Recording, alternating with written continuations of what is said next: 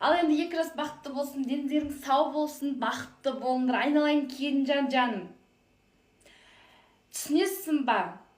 Уже сен басқа үйге кіріп, өзіңнің үйіңе кіріп атсың, өзіңнің үйіңе. Үйіңді тастадың да қонақта болдың сен. Өз үйіңді тастап келдің, өзіңнің үйіңе келдің. Енді келгеннен кейін чай берсең де, қара су берсең де жаным, қабағыңды ашып бер айналайын.